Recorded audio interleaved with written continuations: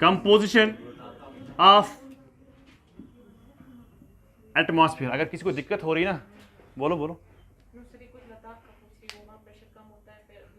फिर bleeding obviously. देखो भाई, मैंने आपको इससे पहले भी कहा था, देखो नेचर ने मेरी बॉडी क्रिएट की है ना। नेचर ने एटमॉस्फेयर भी क्रिएट किया है। जितना प्रेशर मेरे बॉडी के अंदर है उतना ही प्रेशर एटमॉस्फेयर में भी है। सो ये इट्स अ बैलेंस। जो मेरे अंदर प्रेशर है वही प्रेशर बाहर भी है। अभी बैलेंस है। अब इसलिए मैं क्या करता हूँ, अच्छे से आपसे बात करता हूँ, मुझे कोई प्रॉब्लम नहीं होती है बात करने में, आपको कोई प्रॉब्लम नहीं होती है सुनने में, है ना। तो both the two place are equal maintain by the nature. अब जो ही मैं पहाड़ पे चढ़ता हूं तो मेरी सांस रुक जाती है। जो मेरे अंदर जो प्रेशर है वो तो वही है, लेकिन बाहर का प्रेशर क्या हो गया, कम। अब मैं क्या करता हूं, सांस को जोर से अंदर लेता हूं। क्यों, प्रेशर कहां ज्यादा है, बॉडी के अंदर। मेरी नहीं, आपका भी है। बॉडी के अंदर ज्यादा प्रेशर है एज कंपेयर टू एटमॉस्फेयर। अब मैं क्या करता हूं, इस एटमॉस्फेयर को खींच रहा हूं अपनी तरफ से। क्यों, क्योंकि बाहर कम हो गया, बाहर इम्बैलेंस हो गया। इसलिए मैं अपने आप को मेंटेन करने के लिए, बैलेंस करने के लिए मैं जोर से हवा खींच रहा हूं। हम लद्दाख जाते हैं, हमें प्रॉब्लम हो जाती है। क्यों होती है प्रॉब्लम, क्योंकि वो हाइट पर है ना, वो हाइट पर है। जो ही वो हाइट पर प्रेशर क्या होगा, कम होगा। ठीक है ना। अगर मैं उस दिन मैंने बताया था आपको कि जो पेन है ना, पेन में इंक है, जो पेन के अंदर प्रेशर है, जो पेन के अंदर प्रेशर है वही एटमॉस्फेयर में भी प्रेशर है ना। इसीलिए इंक जो है वो इसी में रहती है। जो ही हम पहाड़ पे चढ़ते हैं तो बाहर प्रेशर कम हो गया, इसके अंदर वही प्रेशर है, अब बाहर क्या हो गया, तो इंक बाहर आने लगती है। नेक्स्ट पॉइंट, अगर हमें दाल, फॉर एग्जांपल कोई दाल हमें बनानी है, दाल नीड्स 100 डिग्री सेल्सियस टेम्परेचर। तो आप यहां पर गैस जलाते हो या चूल्हा जलाते हो, फायर जलाते हो, तो आपने गैस को ऑन किया, आपने दाल पकाई, 100 डिग्री सेल्सियस जब हो गया तो दाल बन गई। लेकिन जो ही आप पहाड़ पे जाओगे, आप सियाचिन पर जाओगे, वहाँ पर बहुत प्रेशर कम है, तो आपको जब दाल पकानी होगी तो आपको उससे कम टाइम लगेगा, ज़्यादा टाइम लगेगा, ज़्यादा टाइम लगेगा। क्यों लगेगा ज़्यादा टाइम, बॉइलिंग पॉइंट। जैसे कि अगर आपको बॉयल करना होगा कोई चीज़, आपको लगता है उसको 100 डिग्री सेल्सियस, वहाँ पर 100 डिग्री सेल्सियस कभी होगा ही नहीं, वहाँ पर 90 डिग्री सेल्सियस होगा। क्यों, वहाँ पर प्रेशर कम है। तो इसलिए आपको दाल पकाने में आपको बहुत टाइम लगेगा, है ना। So this creates the difference. जितना आप हाइट पर जाओगे प्रेशर उतना कम होता है, आपकी ब्रीथिंग प्रॉब्लम होती है ना। आप देखो कि जहाँ पर हवा कम होती है उनकी नाक देखो मेरी तरह ही होगी ना, होगी नहीं होगी। ऑब्वियसली एरिस्टोटल ने हमें यही समझाया कि हमें क्यों फ़र्क होती, नाक में क्यों फ़र्क है, आंखों में क्यों फ़र्क है, हमें चेहरे में क्यों फ़र्क है, बिकॉज ऑफ क्लाइमेटोलॉजिकल डिफरेंसेस, है ना। तो हर जगह सेम क्लाइमेट नहीं है। प्लस उसका क्रिटिसिज्म भी हुआ था because there is genetic differences also. For example, हमेशा जो बेटा होता है वो किस जैसा होता है, बाप जैसा होता है। लेकिन there are some chances are there वो बाप के जैसे बिल्कुल नहीं होता। अगर बाप गोरा होता है लेकिन बेटा काला होता है ना। सो जेनेटिक डिफरेंसेस भी हैं, क्लाइमेटिक डिफरेंसेस भी हैं, मगर जेनेटिक डिफरेंस भी साथ साथ में है। वो एरिस्टोटल ने हमें समझाया था because he was the father of biology, है ना। अच्छा, कंपोजिशन ऑफ एटमॉस्फेयर। कंपोजिशन मतलब कि इसमें गैसेस क्या क्या होते हैं, कौन कौन से गैस होते हैं। सबसे ज्यादा अगर मैं बात करूं तो नाइट्रोजन। चलो हम नाइट्रोजन की बात करते हैं।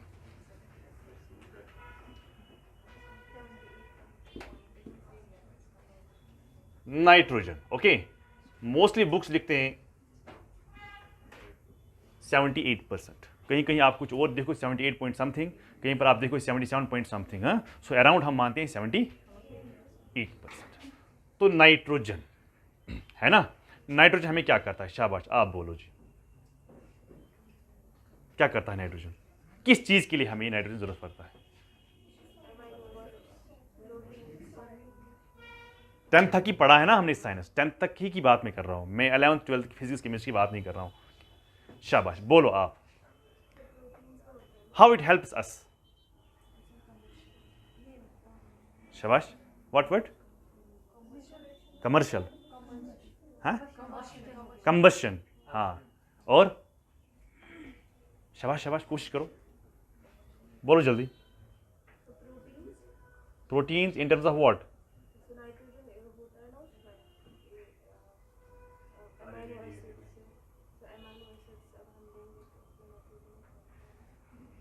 शाबाश, लिखो एक सेंटेंस। पहले क्या लिखा, मैंने कहा पहले कहीं पर वो कुछ फिगर और देखोगे, कहीं पर 77 पॉइंट समझ होगा, कहीं पर 78 पॉइंट समझ, कहीं पर 79 कुछ होगा, ठीक है ना। तो एवरेज करके हम प्रॉपर फिगर जो हम देते हैं, कहीं कहीं बुक्स जो मोस्ट लिखते हैं वो लिखते हैं 78.8 लिखते हैं, बस इतना लिखते हैं परसेंट जो है, जो हमारा एटमॉस्फेयर है, जितने गैसेस हैं उन सारे आउट ऑफ 100 में से कंप्राइज करता है एक ही gas, that is called nitrogen, that is 78 out of 100। बाकी जितने भी गैसेस हैं वो कंस्टिट्यूट करते हैं रेस्ट कितना रहा, 22 है ना। 22 में से 21 करता है ऑक्सीजन, वहां पर कितना रहा 1%। 1% जितने भी सारे गैसेस हैं, चाहे वो आर्गन हो, चाहे वो हाइड्रोजन हो, चाहे वो CO2 हो, चाहे वो मीथेन हो, सारे गैसेस कॉन्स्टिट्यूट करता है 1%। मगर सबसे ज्यादा तो आपको ये क्रोनोलॉजिकल ऑर्डर में भी याद रखना होगा। कभी कभार क्या होता है, मैचिंग आता है, यहां से गैस का नाम दिया गया होता है, यहां पर परसेंट दिया गया होता है, आपको उसको मैच करना होगा या क्रोनोलॉजिकल ऑर्डर में आपको याद करना होगा। वहां पर कभी भी क्वेश्चन नहीं आएगा नाइट्रोजन पर, कभी भी क्वेश्चन नहीं आएगा ऑक्सीजन पर, कभी भी क्वेश्चन नहीं आएगा आपको कार्बन डाइऑक्साइड पर। आपको जो उस वाले बाद में जो है, जो हम याद नहीं करते, उसमें से क्वेश्चन आता है। तो बेहतर ये है कि आपको सारा 5-8 गैस आपको याद करना है, वो मैं आपको लास्ट में बोलूंगा। तो आप लिखेंगे द मेन फंक्शन, मेन असली फंक्शन जो इसकी है, the main function of nitrogen is to control, the main function of nitrogen is to control combustion by diluting oxygen, by diluting oxygen। ये कहां से आता है, पहला पॉइंट हम ये पूछेंगे आपसे, ये आता कहां से है। नाइट्रोजन एटमॉस्फेयर में अगर है, लेकिन आया कहां से ये, यानी सोर्स में कहता हूं, इसका सोर्स असल में है क्या, कहां से आता है। ये आता है एक्चुअली वॉल्केनिक इरप्शन जितने भी आज तक हुए हैं, उसकी वजह से नाइट्रोजन बाहर आया है हमारे एटमॉस्फेयर में, है ना। अच्छा, यही नाइट्रोजन हमें हेल्प करती है एग्रीकल्चर में भी, करती कि नहीं करती है। अब देखो मेरी बात सुन लेना आप, अगर ये प्लांट है ना, this a plant, any plant, x नहीं वाई प्लांट, ठीक है, एक्स गलत हो, एक्स प्लांट है, ओके, या वाई प्लांट है। इस वाई प्लांट को आपने क्या किया, आपने बर्न किया। जो ही आपने प्लांट को बर्न किया तो गैस किस में चला गया, एटमॉस्फेयर में। तो चला गया हमारा एटमॉस्फेयर में, क्या कहते हैं उसको, शाबाश, नाइट्रोजन ऑक्साइड। क्या हमारे एटमॉस्फेयर में वाटर वेपर होते हैं, बिल्कुल। तो ये नाइट्रोजन ऑक्साइड किससे मिलता है, वाटर वेपर के साथ। देखो मैं यहां पर कॉम्प्लेक्स केमिस्ट्री नहीं बता रहा हूं, सिंपल बता रहा हूं, हम वहां पर नहीं जाएंगे। केमिस्ट्री में कैसे फिर मॉलिक्यूल्स ब्रेक होते हैं वगैरह वगैरह, वो हमें यहां पर है ही नहीं। आपने यहां पर बर्न किया, प्लांट्स को बर्न किया, तो बर्न जो ही किया नाइट्रोजन ऑक्साइड निकला। जो ही नाइट्रोजन ऑक्साइड निकला किससे मिला, वाटर के साथ। तो वाटर के साथ जब निकला तो क्या बन गया, नाइट्रिक एसिड, नाइट्रिक एसिड। अब हमारे एटमॉस्फेयर में क्या है, नाइट्रिक एसिड है। अब पीछे से जब रेनफॉल आ गई, क्या आ गई, रेनफॉल कहां चली गई, जमीन में। अब ये क्या बन गया, एग्जैक्टली। तो नीचे जब आया तो क्या बन गया, एसिड रेन। हमने ये भी समझा है जो ये नाइट्रोजन जो होता है ये चला जाता है किस में, सॉइल में। कैसे चला जाता है, नाइट्रोजन फिक्सेशन, जो आपने पढ़ा होगा ना, नाइट्रोजन फिक्सेशन। ऐसे ही आप आंसर राइटिंग में डायग्राम बनाना, यहां से प्लांट बनाना, बर्न, यहां से nitrogen oxide plus water is called nitric acid. Rainfall होगी, सीधा आ गई ग्राउंड पर in the form of acid rain. अब जब एसिड रेन चली गई किस में, सॉइल में।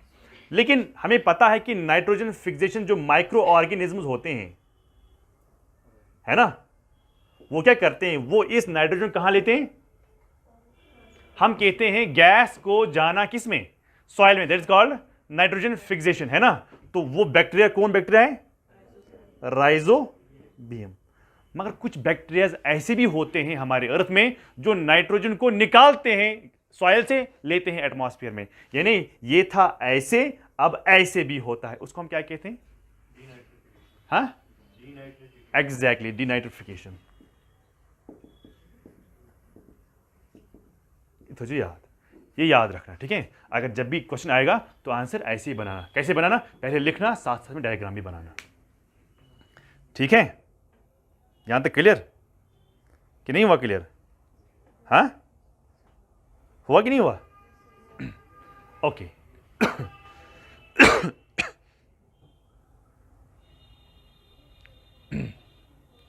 सेकंड गैस, मगर ऐसे ही बनाना, एरो करके ये बनाना। मैंने खुद बनाया कि because that is why I got good score in optional subject. ऐसे करके फिर बाद में वो दूसरी बात है मैं सिलेक्ट क्यों नहीं हुआ।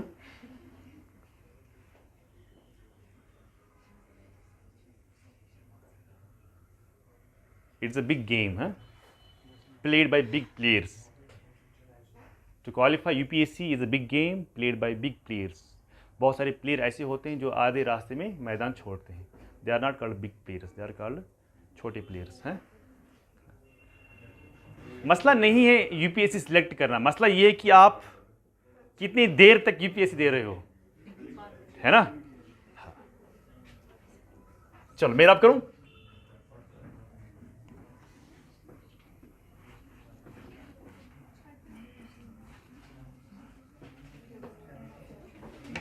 चलो जी, अब मैं दूसरी गैस की बात करता हूं।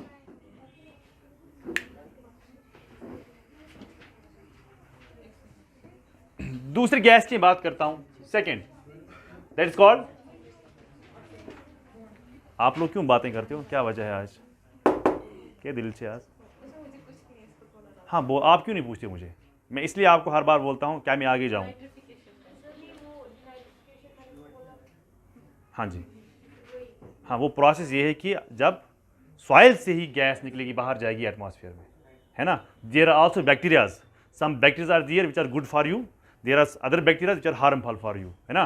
कुछ बैक्टीरियाज ऐसे हैं जो नाइट्रोजन को लाते हैं, सॉइल में रखते हैं, तो उससे सॉइल की फर्टिलिटी अच्छी होती है। लेकिन कुछ बैक्टीरियाज वहाँ पर ऑलरेडी बैठे हुए हैं जो वहाँ से निकालते हैं, बाहर करते हैं। फॉर एग्जाम्पल, आपकी फैमिली जो है, आपकी फैमिली अच्छी है, आपकी फैमिली ने बोला आपको आप जाओ आईएएस के लिए, लेकिन जो आपके हमसाया हैं वो भी कुछ बैक्टीरिया हैं, वो कहते हैं कि ये क्यों जाएगी, ठीक है ना। वो आपको कोशिश करेंगे वापस लाने के लिए हमेशा, है ना। हाँ, ऐसे आपको याद रहेगा। ऑक्सीजन,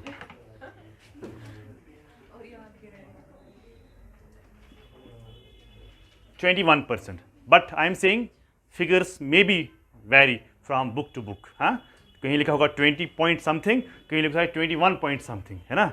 तो अगर मैं रफली मानूं उसका 78, इसका मानूं 21, तो कितना हो गया? वहां पर कितना रहा? सो 1% जितने भी बाकी गैसेस हैं वो सारे क्या आते हैं? Other gases. तो ऑक्सीजन जो है, ऑक्सीजन बहुत ही इंपॉर्टेंट है हर किसी के लिए, हर किसी लिविंग क्रिएचर के लिए बहुत ही इंपॉर्टेंट है कि नहीं है। सो हम कहते हैं ऑक्सीजन जो है ये बहुत ही इंपॉर्टेंट गैस है। क्यों गैस कैसे इंपॉर्टेंट है ये गैस? क्योंकि ये सर्वाइवल के लिए है ना, सर्वाइवल के लिए बहुत इंपॉर्टेंट है, चाहे वो कोई भी लिविंग क्रिएचर है। लिविंग क्रिएचर का मतलब यहाँ पर प्लांट्स नहीं, लिविंग क्रिएचर मतलब ह्यूमन बींग्स, बाकी जितने भी क्रिएचर्स हैं उनकी बात मैं कर रहा हूँ, ठीक है ना। Okay, next point you can right, oxygen can combine with, very important line, oxygen, आप क्यों नहीं लिखते हो बेटा? अच्छा, ये आपके बदले में लिखता है, very nice. Can combine with, बाहर से पेज ला सकते हो अगर आपको लिखना है। Can combine with other elements, can combine with other elements to form important compounds. मैंने कहा ऑक्सीजन, हाँ, can combine with other elements to form important compound such as oxides, अगर हम ऑक्सीजन को एटमॉस्फेयर से निकालेंगे, फिर अगर हमें कोई चीज जलानी होगी, क्या जल जाएगी? No. So without oxygen combustion is not possible, without oxygen combustion is not possible.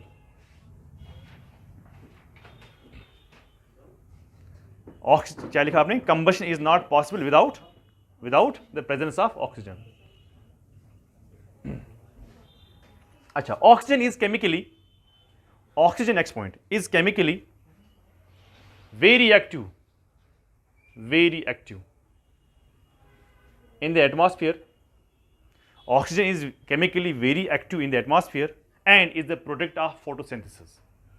And is the product of photosynthesis. Okay तो हमें ये देखा गया है, साइंटिस्ट ने यही बोला है कि जब भी हम ऑक्सीजन की कंसंट्रेशन देखते हैं तो कहां पर ज्यादा है? ग्राउंड पर। जितना हम ऊपर ऊपर जाएंगे तो ये भी बोला गया है this is absent at 120 kilometre पर। जितना अगर हम 120 किलोमीटर पर जाते हैं तो हमें बिल्कुल भी वहां पर ऑक्सीजन नहीं मिलता है, बिल्कुल भी नहीं मिलता है। इसलिए जब आप सैटेलाइट्स को देखते हो तो वो ऑक्सीजन यहां से लेके जाते हैं, लेकिन जब हम जहाज में जाते हैं तो ऑक्सीजन की जरूरत हमें नहीं, क्योंकि जहाज बहुत नीचे है ना बहुत नीचे है। तो लेकिन सैटेलाइट को हमें बहुत हजारों किलोमीटर ऊपर जाना होता है। तो 120 तक साइंटिस्ट ने एस्टिमेट किया है कि 120 तक हमें ऑक्सीजन मिलता है। जो ही हम 120 को क्रॉस करते हैं तो हमें वहां पर ऑक्सीजन बिल्कुल भी नहीं मिलता है। हाँ वो तो यहाँ ही है, वो तो यहाँ ही। मैं क्या, सैटेलाइट हजारों किलोमीटर ऊपर जाते हैं। अभी हम बताएंगे ना कहाँ तक जाते हैं। 3600 किलोमीटर पर हमारा इनसैट जो ये सैटेलाइट है वो वहाँ पर काम कर रहा है। अब वहाँ से कहाँ भेजा, वो कैसे हमें हेल्प करता है, टीवी सिग्नल को कैसे हेल्प करता है, रेडियो सिग्नल को कैसे हेल्प करता है, वो हम आगे देखेंगे, है ना। चलो उसके बाद बाकी गैसेस हैं लाइक शाबाश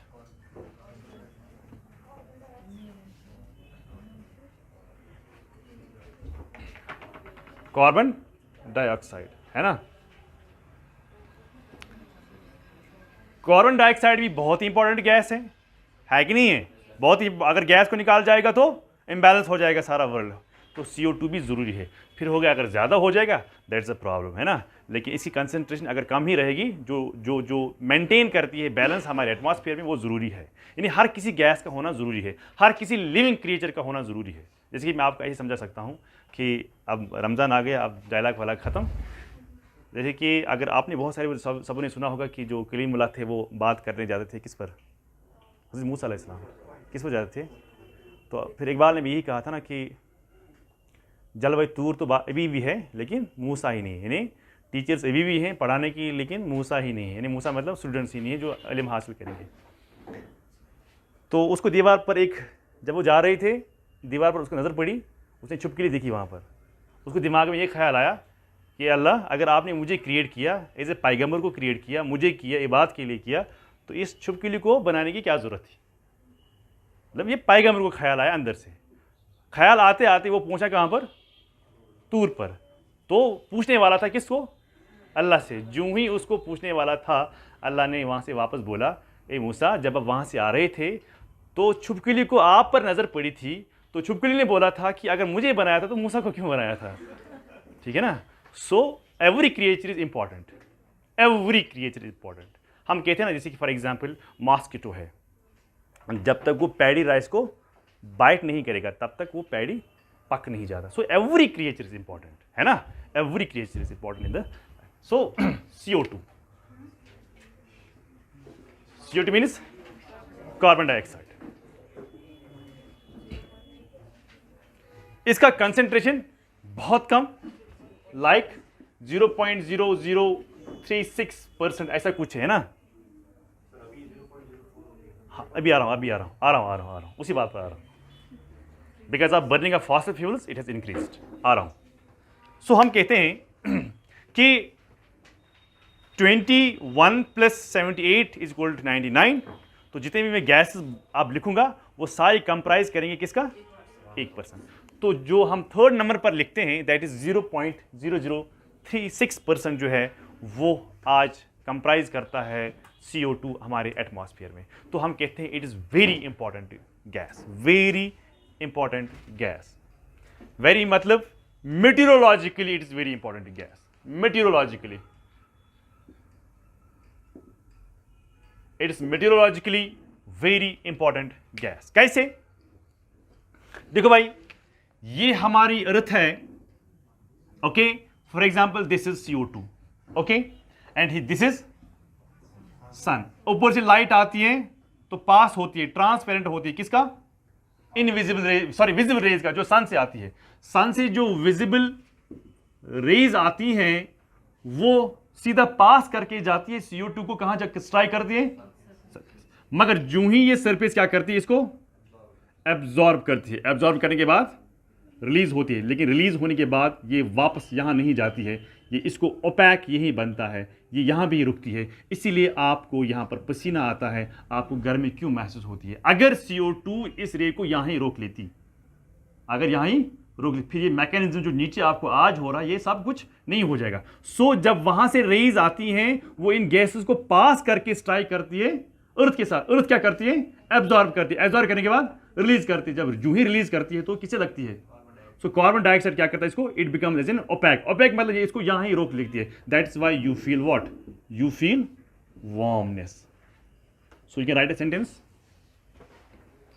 it is transparent, it is transparent to incoming solar radiation but opaque, OPAQUE, but opaque to outgoing radiation, but opaque to outgoing,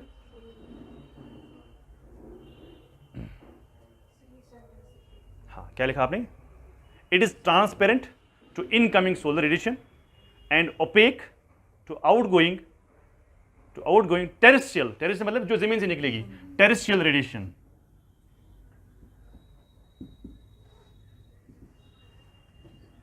terrestrial, अब मुझे आप ही बोलो, CO2 समर में ज्यादा होगा, आप बोलेंगे मुझे दादा CO2 समर में ज्यादा होगा कि CO2 विंटर में ज्यादा होगा, कैसे बोलो जी, बिल्कुल सही आंसर बोलो, शाबाश, आप बोलो।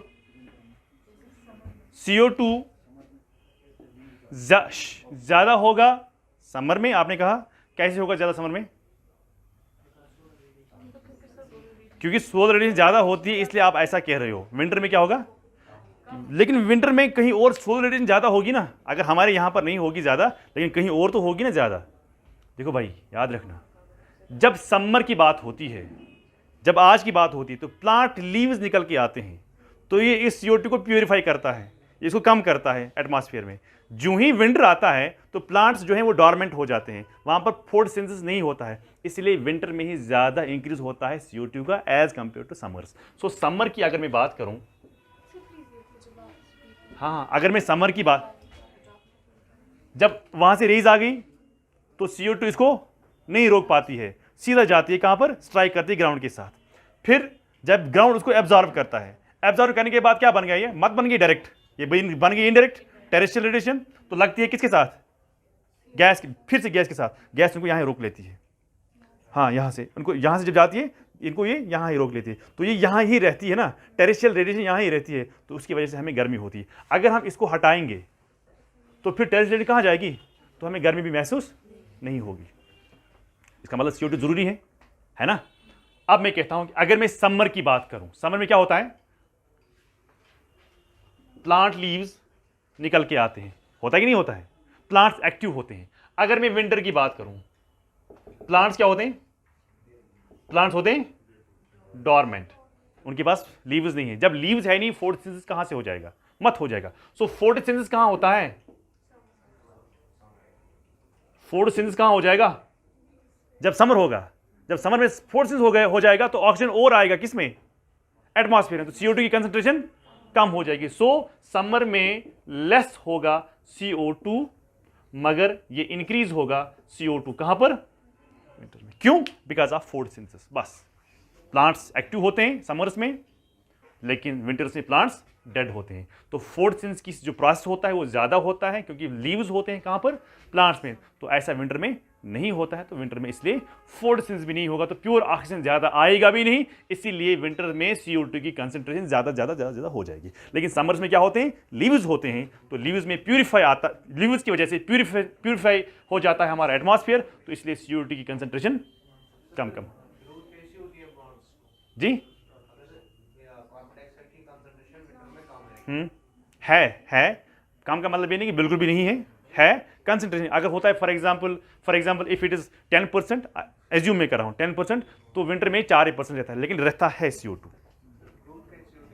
तो आप देखो ना खुद ही, आप जब समर आता है तो ये कैसे बाहर निकल के आते हैं इनके लीव्स। आप बोलते हो कि प्लांट्स की ग्रोथ कैसी होती है विंटर में? विंटर में कम फास्ट ग्रोथ होती है प्लांट्स की एज कंपेयर टू समर में। जो आपके जो ब्रांच निकल के आते हैं ना, it is only in the summer season, not in the winter season, क्योंकि विंटर सीजन में आपका प्रोसेस पूरी तरह से नहीं होता है। बात समझ में आ रही है सबको? क्लियर? कोई दिक्कत तो नहीं है? चलो, हाँ, क्या हम ये नहीं कह सकते हैं कि इसकी वजह से ग्रीन हाउस गैसेस भी होता है? हाँ जी, बोलो आप। उसके हिसाब से विंटर्स में गर्मी क्यों होगी?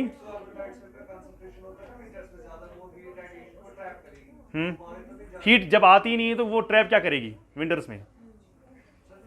विंटर्स में हीट होती नहीं ना, विंटर्स में पहले से हीट कम होती है, तो ट्रैप क्या कर पाएगी?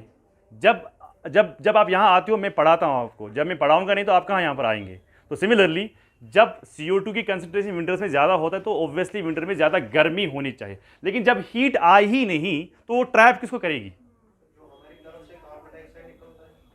मैं कहता हूँ टोटल CO2, जितना भी CO2 एटमॉस्फेयर में है, जितना भी CO2 एटमॉस्फेयर में है, वो उसकी कंसंट्रेशन ज़्यादा हो जाती है। कितना ज़्यादा होता है भाई? है क्या ये 0.0036%। लेकिन आप कहते हो कि सर उस वक्त गर्मी होनी चाहिए ज़्यादा, लेकिन होती नहीं है। क्यों नहीं होती है? क्योंकि जब हीट ही वहाँ से नहीं है, जब सन ही नहीं आता है नीचे, तो ऑब्वियसली गर्मी भी, ये भी काम भी उतना ही नहीं करता है। जितना सन ज़्यादा आता है उतना ये भी एक्टिव बनता है, जितना सन की लाइट कम आती है उतना ये भी डीएक्टिव होता है। क्योंकि ये कहाँ काम करेगा? जब आपके अंदर पावर होगा, जब आपके अंदर थर्स्ट होगी, जब आपके अंदर हिम्मत होगी, तभी तो आप दिन में काम करेंगे। जब आपके अंदर थर्स्ट है ही नहीं, या पावर है ही नहीं, या हिम्मत है ही नहीं, आप बीमार हो, तो आप दिन में काम नहीं करेंगे। तो ऑब्वियसली हमें विंटर्स में गर्मी ज़्यादा होनी चाहिए। क्यों? कंसंट्रेशन CO2 की ज़्यादा है। मगर ऑब्वियसली हमें ये भी समझना चाहिए कि सन उस वक्त होता ही नहीं है। जब सन ही नहीं है तो फिर गर्मी कहाँ से होगी?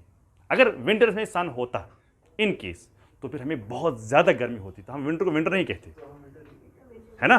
तो हम विंटर को विंटर ही नहीं कहते। यहां तक बात क्लियर? लास्ट पॉइंट आपने क्या लिखा? Green house gas.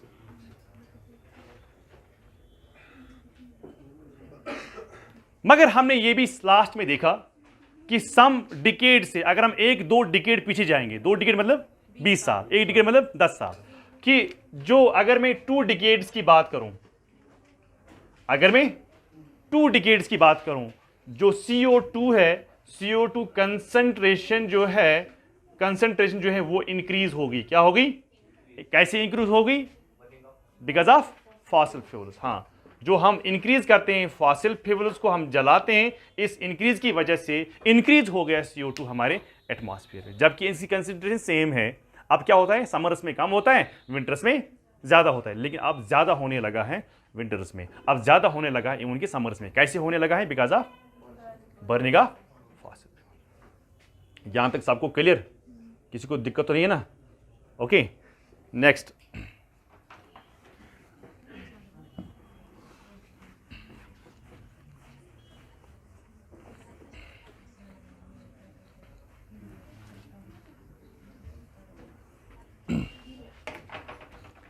Water vapour बहुत ही इंपॉर्टेंट। कितने आ गए? 3 की 4?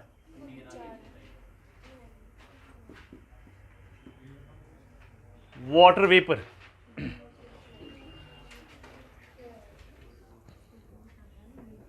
ये भी वेरिएबल गैस है। वेरिएबल मतलब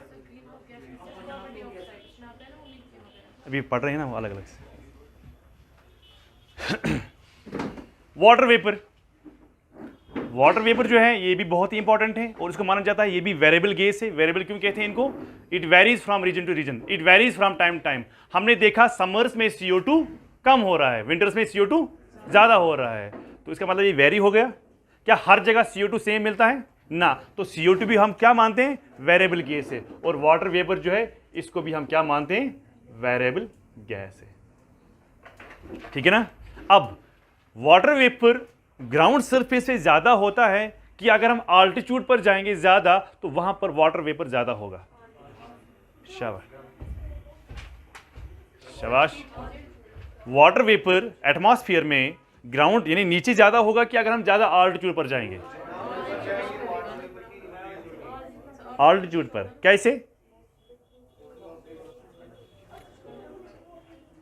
शाबाश शाबाश शाबाश। नहीं हाँ हाँ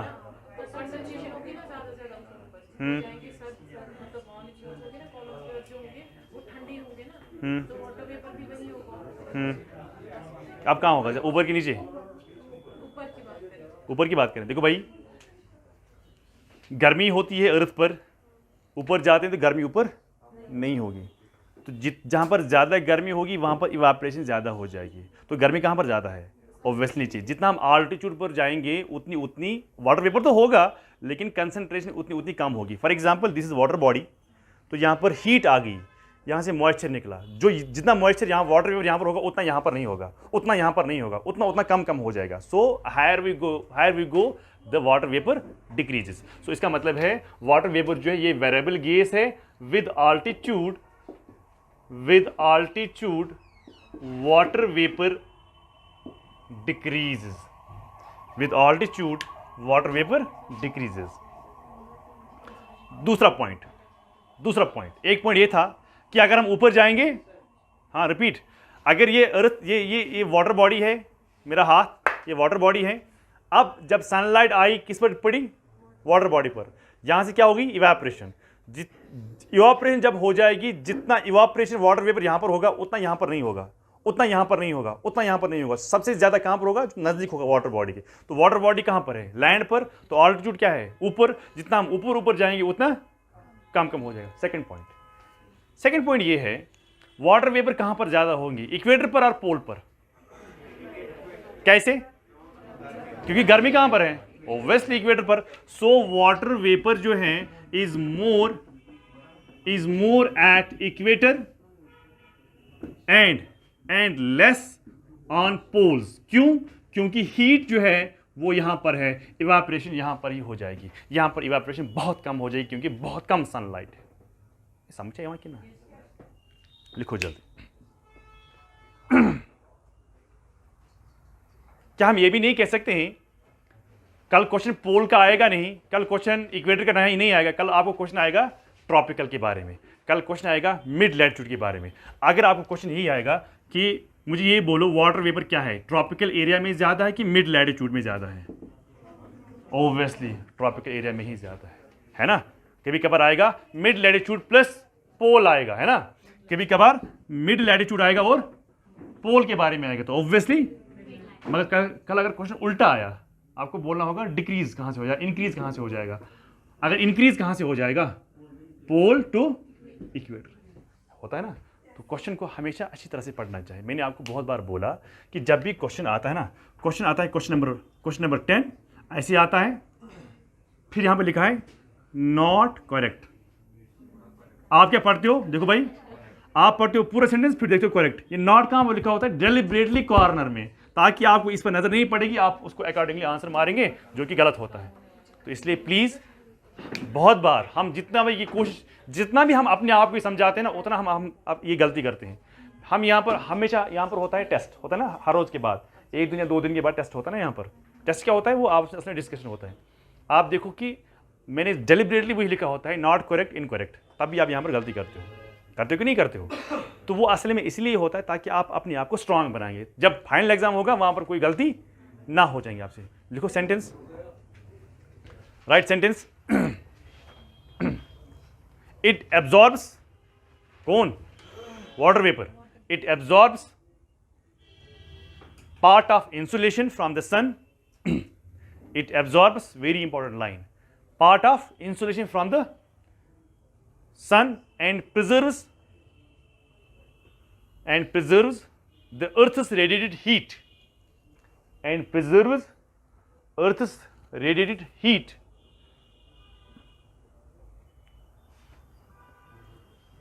radiated मतलब जो वापस जाएगी, radiated heat, full stop. It thus acts like a blanket, very important line, like a blanket allowing the earth neither to become too cold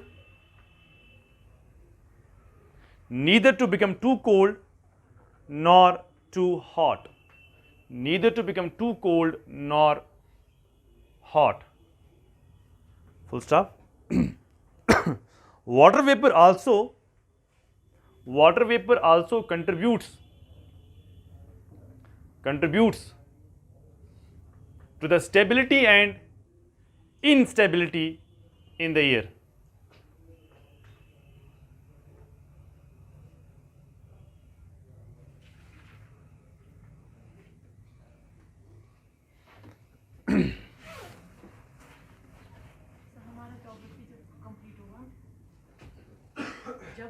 हाँ जी, हाँ जी, वो होगा अच्छा खासा टेस्ट, और वो होगा OMR पर, और ऑब्जेक्टिव होगा पहले, वो होगा मगर OMR पर, उसके बाद डिस्क्रिप्टिव, वो होगा ईद पर तमाशा।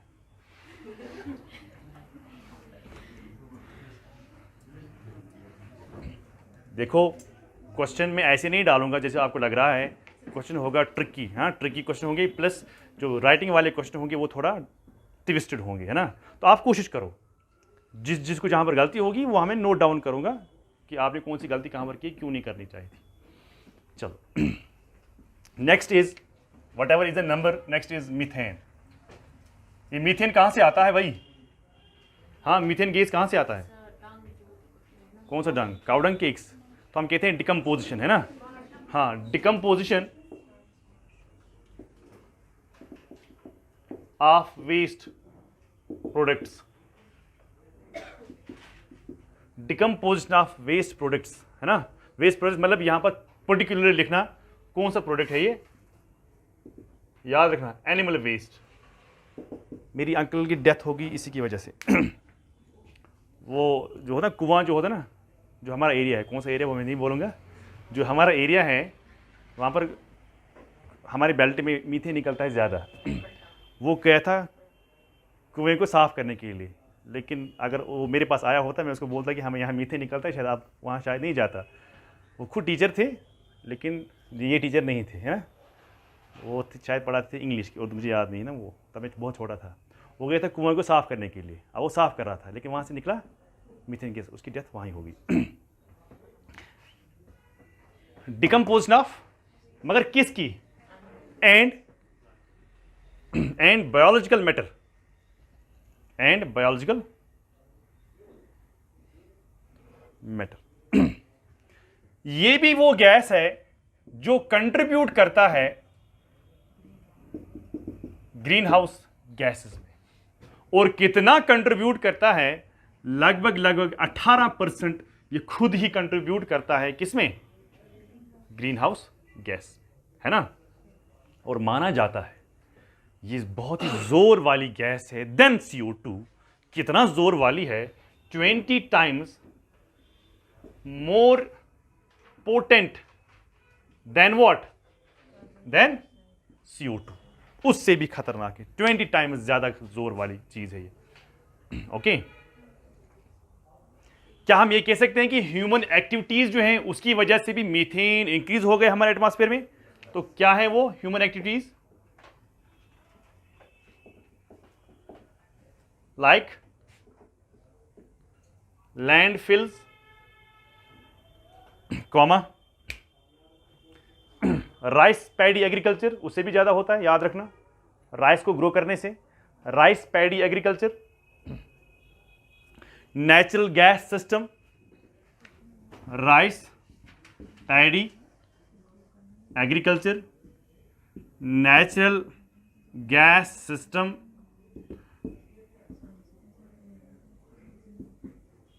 Live stock etcetera. इससे भी क्या होता है? इससे भी गैसेस बन जाते हैं, ठीक है। यहां तक क्लियर? सबको क्लियर? ओके।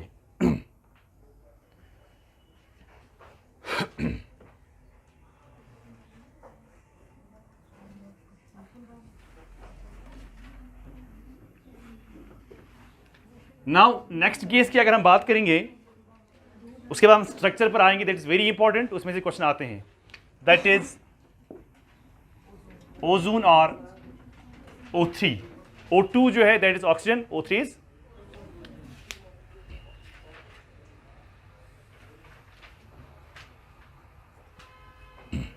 ओजोन भी माना जाता है it's very important gas, every gas is important. अगर आपको लग रहा है एक गैस हमारे लिए नुकसान है लेकिन आने अदर है it's very important, so every gas जो है वो इंपॉर्टेंट है। तो ओजोन जो है, ओजोन भी क्या है, ओजोन भी एक इंपॉर्टेंट गैस है, मगर इसकी कंसेंट्रेशन सरफेस पर, भाई ओजोन लेयर तो वहां है मगर गैसेस यहां पर भी हैं, कहां पर, हमारी सरफेस पर। सो ओजोन जो है, ओजोन की कंसेंट्रेशन जो है वो कम है, लेस ऑन सरफेस, याद रखना सरफेस पर ये कम है। मगर मैंने कहा ना साथ साथ में गैस अच्छी भी है, गैस बुरी भी है, गैस हमारे लिए फायदेमंद भी है, गैस हमारे लिए नुकसानदेह है। सो हम कहते हैं जो ओजोन है it is both what, beneficial भी है और हार्मफुल भी है। एग्जैक्टली हार्मफुल भी है। कैसे आप कहते हो कि इट इज बेनिफिशियल? क्यों? क्योंकि जब हम ओजोन लेयर की बात करते हैं, जब अल्ट्रा वायलेट रेज आते हैं, हाँ, विच काजेस कैंसर, है ना, आप यहां पर बैठे हो तो ये अल्ट्रा वायलेट रेडिएशन स्टॉप हो जाती है because of ozone layer, because of ozone layer. तो आप बच गए, बचे कि नहीं बचे? But it is harmful also. जो यहां पर गैस होती है लोअर लेयर पे जो ओजोन होता है, मैंने कहा ना, but it is less on, ज्यादा तो यहां पर है, कम कहां पर है, कम यहां पर है। यहां पर ज्यादा क्यों है? क्योंकि यहां पर लेयर ही ओजोन का है ना, तो यहां पर ज्यादा है, अल्ट्रा वायलेट रेडिएशन इनको रोक लेती है, लेकिन सरफेस पर इसकी कंसेंट्रेशन कम है। मगर कम होने के बावजूद भी ये हमें प्रॉब्लम करती है। क्या आप मुझे बोलिए कौन सी प्रॉब्लम इससे होती है? एक होती है पहले आई की प्रॉब्लम होती है ना, सेकंड, शाबाश, problem respiratory problem, exactly respiratory problem. Ozone को हम कैसे मेजर करते हैं? डॉप्स। यहां तक सबको क्लियर? हाँ, डॉप्सन, DOBSON। अच्छा जी, और भी है ना बहुत सारे गैसेस, लाइक हाइड्रोजन है, ऑर्गन है, वगैरह वगैरह, बहुत सारे गैसेस हैं। बात को समझ लेना, बहुत सारे गैसेस हैं, लेकिन क्या आप मुझे कह सकते हो कि गैसेस की स्टडी कब से स्टार्ट हो गई और किन लोगों ने की, कि इसमें ऑक्सीजन है, इसमें ये वाला गैस, इसमें ये वाला गैस, इसमें ऑर्गन है, इसमें ये है, इसमें ये है। आप मुझे दो नहीं 10 सेकेंड आप ले लो and think and give me the answer. शाबाश, जल्दी जल्दी जी, जल्दी जल्दी बोलो।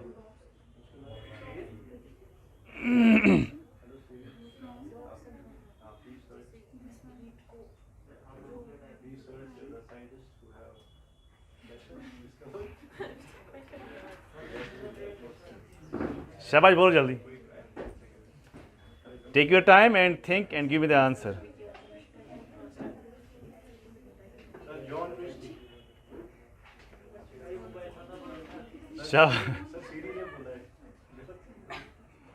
बोलो जल्दी, शाबाश।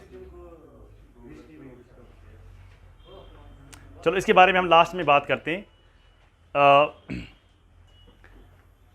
इसी वाले टॉपिक में हम इसके बारे में बात करेंगे। That is very important, that is structure of atmosphere, और बहुत ही ज़रूरी है, वो बहुत ही इंपॉर्टेंट है ना। तो हम स्ट्रक्चर के बारे में पढ़ेंगे, पहला स्ट्रक्चर क्या है, उसके बाद क्या है, उसके बाद क्या है, उसके बाद क्या है, उसके बाद क्या है। तो हम बात करते हैं नाउ। देखो बाकी गैस के बारे में मैंने नहीं लिखा, उनकी कंसेंट्रेशन बहुत ज़्यादा कम है ना, बहुत ज़्यादा कम है। जैसे फॉर एग्जांपल एक होता है कांस्टेंट गैस, एक होता है वेरिएबल गैस। कांस्टेंट गैस में आप किस किस को पुट करेंगे? नाइट्रोजन को। कांस्टेंट गैस किस में आप पुट करेंगे? और ऑक्सीजन में, और हाइड्रोजन को, और ऑर्गन को। तो चार ऐसे गैसेस हैं, देखो भाई, नाइट्रोजन, ऑक्सीजन, ऑर्गन, हाइड्रोजन, है ना। इनको हम पुट करते हैं इन कांस्टेंट गैसेस। क्या? हाँ, कांस्टेंट मतलब इनकी कंसंट्रेशन जो है मोर और लेस सेम ही रहती है। लेकिन अगर हम यहां से आएंगे CO2 की बात करेंगे और मीथेन की बात करेंगे, वाटर वेपर की बात करेंगे, है ना, तो इनको हम क्या कहते हैं? इनको हम कहते हैं एक्सेट्रा, इनको हम कहते हैं, या ओजोन है, हाँ, वेरिएबल गैस है ना, क्योंकि इनकी concentration from place to place and from time to time change हो जाती है। और भी कुछ चीज़ें होती हैं एटमॉस्फेयर में। देखो भाई क्या है, हमारे पास होती है डस्ट पार्टिकल्स, होती है ना, dust particles plus other liquid material. याद रखना भाई, डस्ट पार्टिकल्स जिसको हम सॉलिड कहते हैं, अदर मतलब प्लस लिक्विड होता है, ये भी हमारे एटमॉस्फेयर में अवेलेबल होता है।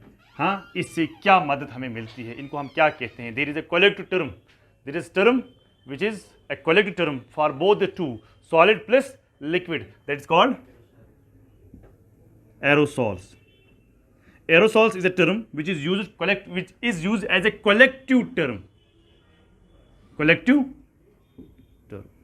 किनके लिए? बोथ सॉलिड और लिक्विड के लिए। जब सुबह होती है तो आफताब कैसे दिखता है हमें? सन रेड और येलो, सुबह ऑरेंज कलर, शाम को जो आप सुबह देखते हो एक कलर और शाम को और एक कलर देखते हो, it's all because of these dust particles and liquid material जो हमारे एटमॉस्फेयर में होते हैं। याद रखना, रेड प्लस येलो कलर जो होता है कब होता है?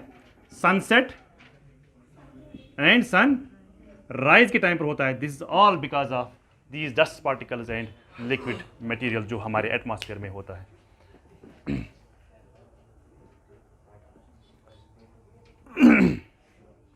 मेरा आप करोगे?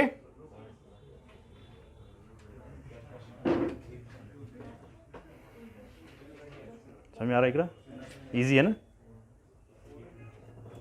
इजी है ना? किसी को कोई दिक्कत लग रही है इस वाले टॉपिक पे ना? सबको समझ में आ रहा है ना? Blue is scattering,